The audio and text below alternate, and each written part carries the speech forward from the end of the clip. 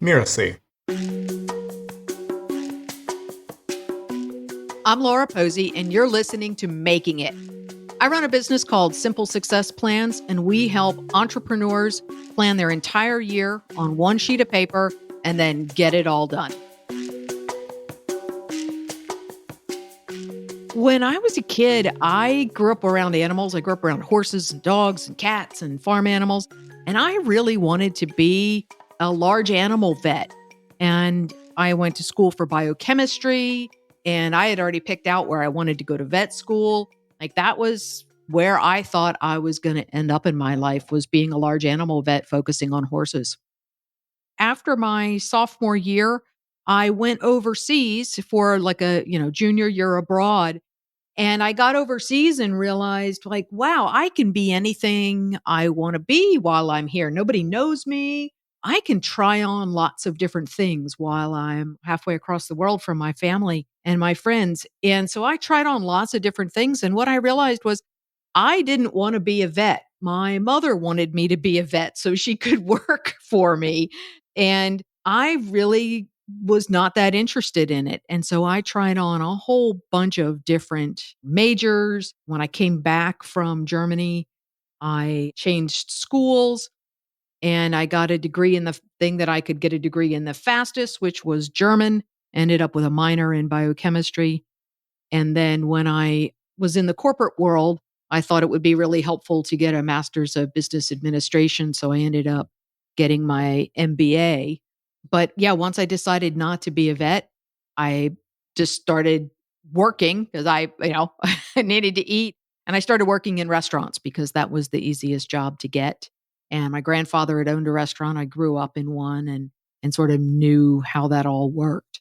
And so I spent about 8 or 9 years working in restaurants and managing restaurants before somebody walked into the restaurant one day and said, wow, you'd be really good at sales and you should sell something big like cars or jewelry. So I took that to heart and went and got a job selling cars. I actually enjoyed the selling and I enjoyed cars. I hated the sleazy part of car sales where, your goal is not to negotiate fairly with someone, but to basically take advantage of anybody who has less knowledge than you do about how the whole process works. And I just couldn't stomach that. So I had to go. And that's when I actually got recruited by the guy that in the insurance business, he recruited me to open an insurance agency. And then once I ran the agency for a while, a couple of years, I got bored and I got recruited into sales management. I created a brand new set of training material based on the way I thought sales should be done, which was very relationship based and not transactional. And I started offering a class for other small business owners to teach them how to sell because I realized they didn't know how to sell. And I realized I just absolutely loved working with entrepreneurs. With the sales teams, I found there were a lot of excuses. They would say, like, well, my product that I'm selling doesn't have this or that feature, or my sales manager won't let me do something. And, it was never them, it was always somebody else's fault. And with the entrepreneurs, they didn't have anybody to blame. Like, they just said, oh, yeah, I don't know how to sell. How do I do this? And so I loved that accountability and that responsibility that they had. And I loved their vision. And, they were just so passionate about what they were doing. And I felt a kinship with them. I sometimes look back at my life and think, oh, I wish I'd figured this out a whole lot earlier. But I really resist regrets. And I think that everything that I've done in my life up until this point is what has led me to where I am. And I also think that the struggle and the challenge and the pain and all of that gives me a much deeper appreciation of how wonderful my life is now.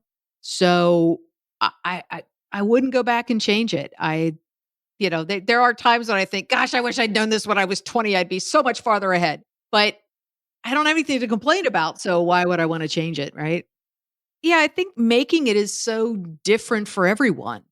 right? We all have our very own definition of what making it is. For some people, making it is, having a 10-figure business and owning a bunch of stuff and, having lots of people working for them. For some people, making it is being listed on a stock exchange.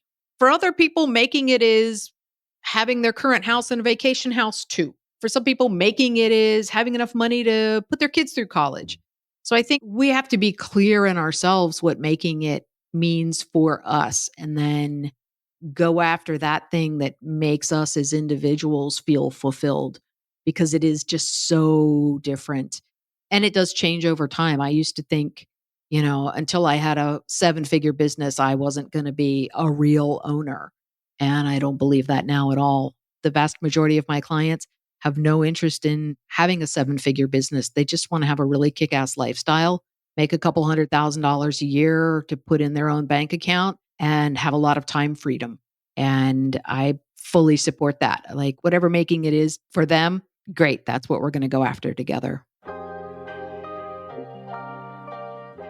When I decided that, like, I felt like I had made it, or like, okay, this is going to work, I had done a speech for a large Fortune 100 company. I'd just done a presentation at one of their conferences. And it was kind of no big deal. I was one of 25 or 30 presenters, it just wasn't a big thing. I had sent an email to the woman who had hired me for that and said, gosh, I'd really love to do something else for your organization. Here's a list of all of the things that I could do. And nothing came of that. I didn't hear from her, but I actually heard from someone else in the organization who was the SVP of marketing. And she said, hey, we're doing a retreat and we would like to know if you could facilitate it. We need help putting together a plan for our next couple of years. We've got some big ideas. We could use your help. And so I flew to California, did a couple of day retreat with the SVP of marketing, and we hashed out a way to create a whole agency within her department. But the one that really got me, and that was a huge step up. That was the biggest deal I'd ever sold. But the one that really got me was when when that company brought in a new North American president, and who was, responsible for $20 billion of revenue. And the marketing person sat down with him and said, you have to hire Laura to run our first strategic retreat. And when we put our first 3-year plan together, she's going to be the one to lead us in this. And that was the moment where I thought, okay, I'm making it. This is working. I am doing a strategic plan with a Fortune 100 company with a brand new president. And I was referred by someone I had worked with. Like, that was what lit me up. It's interesting. Making it means different things to me now than it meant to me back when I got that first huge client. Making it to me used to mean landing big, huge clients and landing big, huge deals. And making it to me now, 10 years later, really feels more like having complete control over my income and my time off. I had a really significant personal life event where my partner at the time was diagnosed with pancreatic cancer, and I took almost a year off to be her primary caregiver. And my understanding of the value of time changed during that year. And before that, I wouldn't have said that, having total control of my time was that important. It was more important to me to work and land big deals. And now having that work-life harmony where I work when I want to work and I play when I want to play, and I have enough money to support all of those things, it is much more important to me. And I'm much more focused now on serving clients than I am just on generating revenue. It's been a big transition. Making it is really about living the life that you have designed. And I think it's important for folks to get clear about the life that they really want to lead and to actually design the life that you want and plan it out and then build a business that delivers that so that the business works completely in harmony with your life. I hear people talk about work-life balance. Like there are these two separate things sitting at the end of a teeter-totter and you can only have one or the other at any given time. And to me, I really look at work-life harmony and how do they work together and support each other. And I would like more entrepreneurs to look at things that way because I think when you have this idea of this is my life first and my business second, you make better decisions in your business. You say no to a lot of things that are just distractions or time wasters or that provide very little value, and you focus your work time on things that are really going to drive massive value to your clients as well as to your business. I'm Laura Posey, and you've been listening to Making It.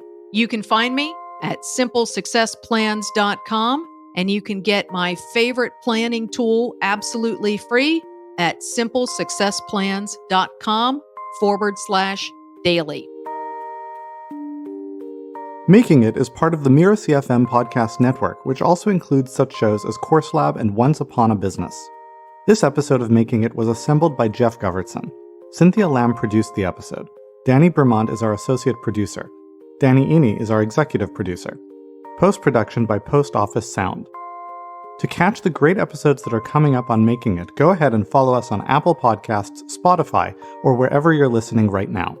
And if you like the show, please leave us a starred review. It's the best way to help us get these ideas to more people. Thank you. We'll see you next time.